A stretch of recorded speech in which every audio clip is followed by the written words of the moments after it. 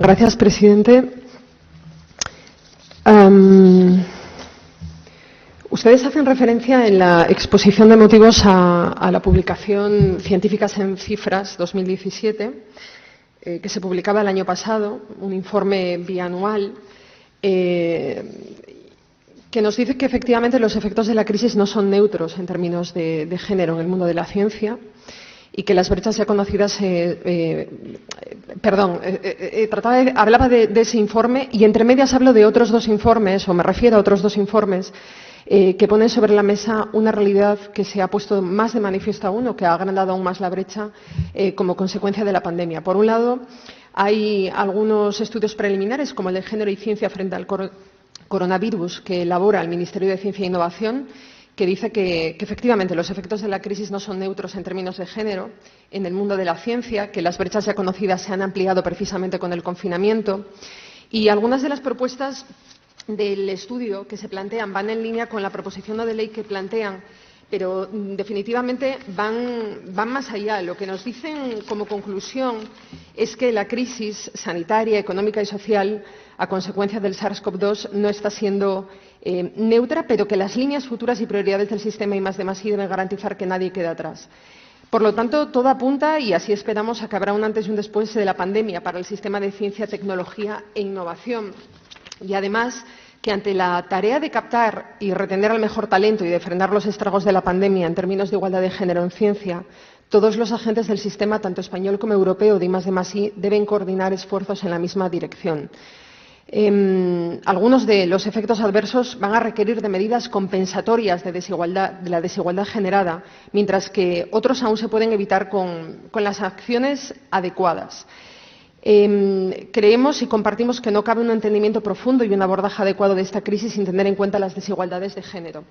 Por otra parte, la Universidad de Oviedo, me llama la atención que no la hayan mencionado, hay una evaluación del Plan de Igualdad de la Universidad de Oviedo. En marzo pasado publicaron el diagnóstico de la desigualdad y ahí hay dos conclusiones básicas. Por un lado, dicen que muchos de los datos requeridos para poder evaluar la consecución del primer Plan de Igualdad actualmente no están disponibles y no existen evidencias cuantitativas que permitan confirmar la eficacia de las medidas planificadas o su grado de consecución. Y, por otra parte, se dice que las mujeres destacan la existencia de limitaciones para el desarrollo profesional debidas a las responsabilidades familiares. Creo que en el diagnóstico estamos de acuerdo y que todos los informes van en la misma dirección.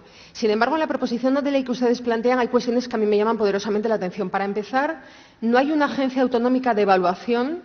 Va todo a la ANECA, que debería ser a quien se pide o quien podría hacer precisamente esa corrección.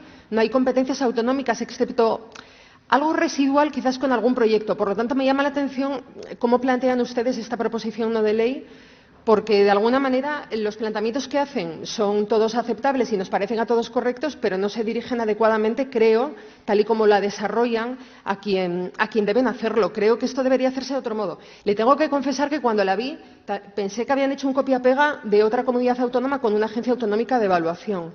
Por un lado, eso me llama la atención. Cuando hablan de mejorar las ventanas de medición o consideración, no dicen cómo mejorarlo. Ahí echamos en falta que pudieran haber indicado, quizás, de alguna manera, cómo hacerlo. Y hay alguna cuestión que me llama la atención. Ustedes mezclan, por ejemplo, conciliación y larga enfermedad, que está bien mencionarla, pero yo no veo la relación con la brecha de género de larga enfermedad. Entraría probablemente en una proposición no de ley de corrección de evaluación del profesorado, pero no en brecha de género en la carrera académica. Y luego, los factores de corrección, yo creo que preferiblemente deberían ser aplicados en el reconocimiento y certificado de méritos en lugar de en la evaluación de los mismos. Por ejemplo, los certificados que emite la universidad podrían considerar los periodos por baja maternal o paternidad como periodos trabajados más que los evaluadores, precisamente por lo que le decía, que no hay esa competencia autonómica. Y un solo punto ya para ir terminando. En el punto 3, ustedes hablan de que en los formularios de solicitudes se incluye un apartado para que las mujeres puedan explicar todo lo que han vivido y, de alguna manera, justificar precisamente esos parones que han podido tener. O, en algún caso, ustedes hablan también de la posibilidad de que no haya habido permisos reconocidos legalmente. Con esto podríamos estar penalizando a quienes piden permisos. Estamos poniendo en valor a aquellas personas que deciden seguir trabajando solamente y a quienes no piden ese permiso legalmente. A mí ese punto, se lo quiero destacar, ese punto a mí me parece preocupante porque no sé qué es lo que están intentando decir o si se les ha colado, pero me parece relevante porque se podría penalizar precisamente a quien los pide. De manera general, yo creo que la intención es buena, el efecto es escaso precisamente por esa falta de posibilidad de evaluación desde lo autonómico y hay alguna otra cuestión que, como le digo, que nos llama la atención y que nos hace dudar de alguna manera. En todo caso, estamos de acuerdo en el diagnóstico y en que tenemos que hacer algo también para romper con esa desigualdad de género en la universidad.